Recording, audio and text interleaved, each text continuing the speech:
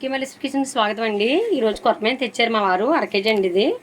ఈ కొరమేను ఇదిగోండి ఇలా ముక్కలు కొట్టించుకొచ్చారు. దీన్ని క్లీన్ చేసే విధానం చూపిస్తానండి. అప్పుడు దీనికి సంబంధించిన ఇంగ్రీడియంట్స్ కూడా ఇస్తాను చూడండి. ఇప్పుడు ఇదిగోండి ముక్కలు ఇలా తీసుకుని చాలా జిగురుగా ఉంటాయండి ఈ ముక్కలు. ఇదిగోండి దీనికి శనగ వచ్చింది 2 ముక్కలు ఇక్కడ పెట్టుకున్నాను. ఇదిగోండి 1 టేబుల్ స్పూన్ పసుపు తీసుకున్నాను. ఇదిగోండి దీనికి ఇలా కలుపుకుని, ఇదిగోండి కళ్ళుప్పు అండి, ఇది రాళ్ళు ఉప్పు అంటారు. ఇదిగోండి ఇలా కలుపుకొని, జిగురు కదండి మరి చెయ్యి పట్టుకుండాలి కదా, ఇలా కలుపుకొని వీటిని ఇదిగోండి చిన్న రాయి పెట్టుకున్నానండి సింక్లోని. పైన అండి కొంచెమే ఉండేది, కింద అవ్వదన్నమాట తోమడానికి అయిన. ఇదిగోండి ఇలా రాయి పెట్టుకుని సింక్లో ఇలా తోముకోవడానండి. మీకు సులువు అవుతుందని చెప్తున్నాను, మీకు కొంచెం అర్థం అవుతుందని. ఇలాంటి రాయి సింక్లో పెట్టుకుని తోముకుని మళ్ళీ సింక్ నీట్గా క్లీన్ చేసేసుకోండి. ఏదైనా సర్ఫ్ పెట్టుకుని శుభ్రం తోమేసుకుంటే అయిపోతుంది, సింక్లోనే చేసేసుకుంటే అయిపోతుంది. ఇదిగోండి ఇలాగా తెల్లగా తోముకోవాలి. చూసారు, ఇలా తెల్లగా తోముకోవాలండి, చాలా ఇలా నీట్గా రావాలి. ఇది గోదావరి చేప కదండి, కొంచెం జిగురు ఎక్కువ ఉంటుందండి, అందువల్లే పసుపు రాళ్ళు ఉప్పు పెట్టి తోమడం చూపించాను. ఇప్పుడు మళ్ళీ ఒక మాట అంటే బాగా నీసుకొని రాకుండా చెప్తున్నానండి. కొంచెం ఇంకా పసుపు కలుపుకొని ఇంకా రాళ్ళు ఉప్పు కలుపుకొని తోమేసిన తర్వాత కూడా మళ్ళీ ఇదిగోండి ఇలాగ ఇంకా ఏమైనా ఉంటే అంతా కూడా పోతుంది. అలా తోముకుని, అంటే వాటర్లో ఎక్కువ కడగొద్దండి, ముక్క సప్పబడిపోద్ది, అందువల్ల ఇలా చూపిస్తున్నానని తోమేసుకున్నాను కదా.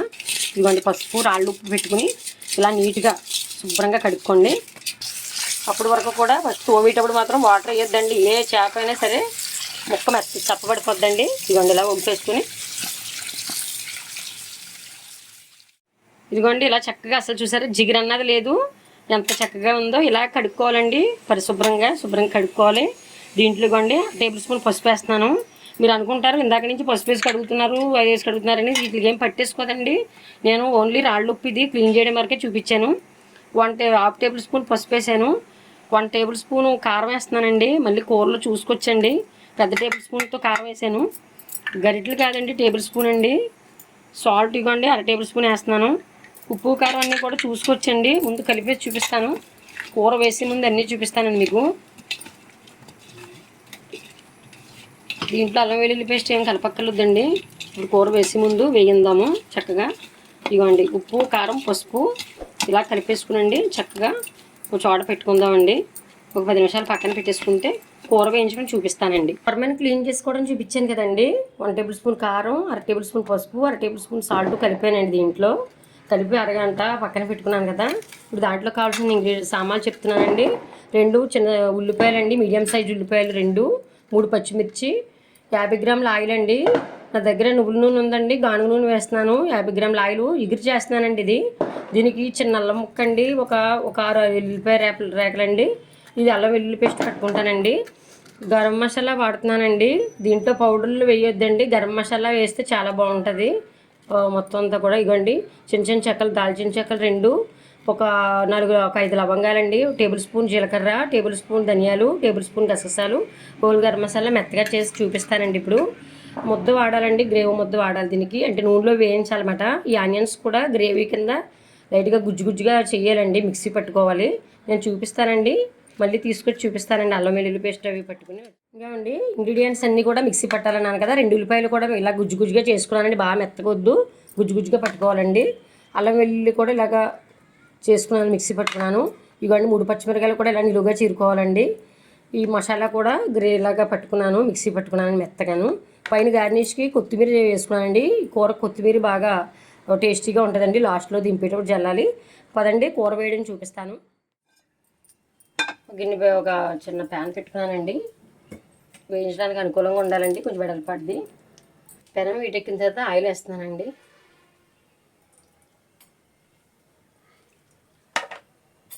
అండి ఆయిల్ చుట్టుపక్కల ఆడుతుంది కదా, ఇదండి ఉల్లిపాయ ముద్దలు వేస్తున్నానండి. బాగా మెత్తగా అయితే పట్టొద్దండి, ఇలాగ గుజ్జుగా ఉండాలి, బాగుంటుందండి కర్రీ. అలాగా గ్రేవీగా వస్తుంది, టేస్ట్ కూడా బాగుంటుంది.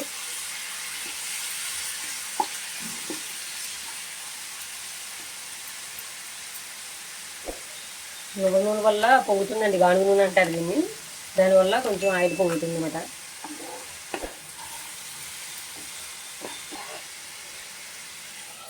మూత పెట్టుకోవాలండి, మధ్యలో ఇలా మూత తీసుకుంటూ కలుపుకుంటూ ఉండాలండి. స్లో ఫ్లేమ్లోనే పెట్టుకోండి చక్కగా, మీడియం ఫ్లేమ్లో. ఇవ్వండి ఇలా మగ్గాలండి బాగా.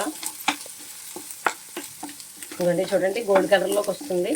ఇంకండి అసలు పచ్చివాసన లేకుండా ఉంటుంది, బాగుంటుంది చక్కగా. ఇంకోండి అల్లం వెల్లుల్లి పేస్ట్ వేస్తున్నానండి. అల్లం వెల్లుల్లి పేస్ట్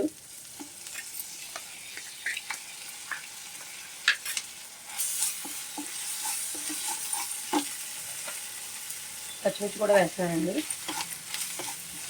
మీడియంలోనే మంట పెట్టుకుని సన్న మంట మీద వేపుకోండి. ఇలా అడుగట్టుకోండి. అసలు ఉల్లిపాయలు తక్కువ వేసారే అనుకుంటారు మీరు. కొంచెం అంటే తీపి వచ్చేస్తాయండి కూరలు ఉల్లిపాయలు వేసుకోగలిగి. కర్రీని బట్టే ఉల్లిపాయలు నిర్ణయించుకోండి, బాగుంటుంది.